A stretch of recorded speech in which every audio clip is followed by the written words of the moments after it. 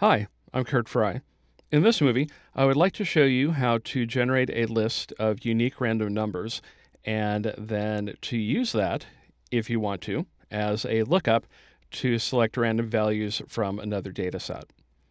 My sample file is unique random values, and that's an Excel workbook that you can download using the link that I provide in the video description below. In this workbook, I have a list of states. Here, there are 10 of them from the western part of the US. And then above, I have the number of possible values that I could generate. I have 10 states, so I have set that number to 10. If the list could change, then I would probably just count the number of items here, starting in cell A7. And then I want to select 5, so the values to generate in cell B4 is set to 5. So let's start by generating some random values. And to show you how the formula works, I'm going to build it up in steps. So I'll click in cell D3, type equal, and I want to generate a random array of values. The function for that is relatively new, and it's called RANDARRAY. The number of rows will be the values to generate, and that's in cell B4. Currently set to 5, but I might want to change it, so I will use the cell reference. Then a comma. The number of columns will be 1, then a comma. The minimum value will also be 1, then a comma. The maximum value, so the range from which the random values could be taken, is in cell B3. Then a comma. I do want to have an integer value that is a whole number, so I will use the down arrow to highlight true, press tab, then a right parentheses and enter, and I get my values. And the problem, of course, is that I have duplicates. Your numbers will almost certainly be different, but here I see that I have two occurrences of 3 and 7. And if I were to press F9, then I get two occurrences of 9. So basically, there is a very high probability that you will have a duplicate in the list. One way that you can avoid duplicates is to use the unique function, and that finds the unique values within each of, rephrase from one way that you can. And one way that you can find the unique values in a data range is by using the unique function. So I'll double-click cell D3, and then after the equal sign, I will type unique. So I have the left parentheses, then a right parentheses. Everything else can stay exactly the same. And when I press enter, then I get 4 values. I wanted 5. Then F9 again. I actually get 5 this time.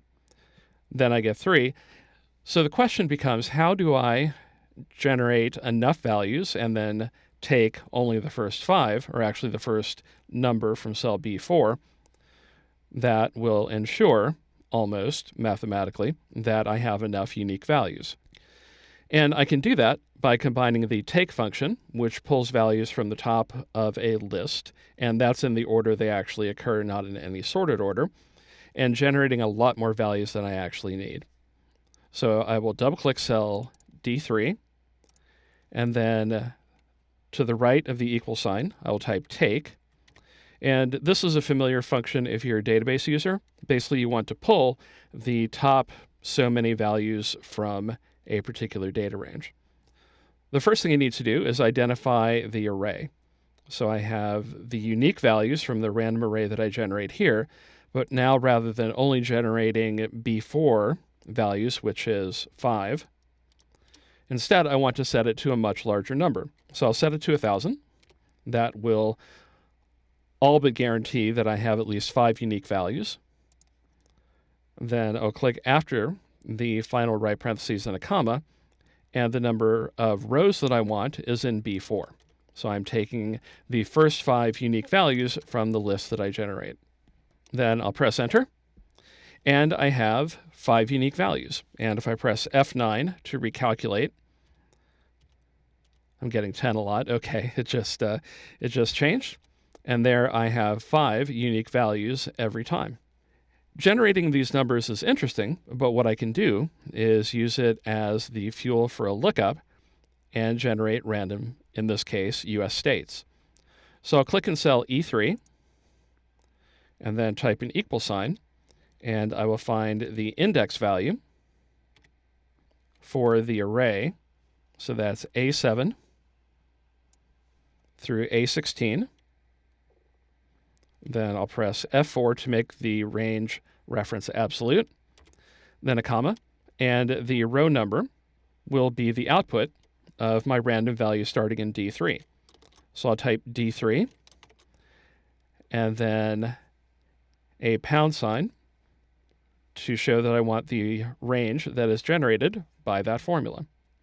I don't need to worry about column numbers. I'll type a right parentheses and enter, and I get my lookups. And I can see over here on the left that Montana is the 5th state. 1, 2, 3, 4, 5. Colorado is the 7th, 6, 7. And Utah is number 10. That's the last one. So it looks like my lookup is working properly.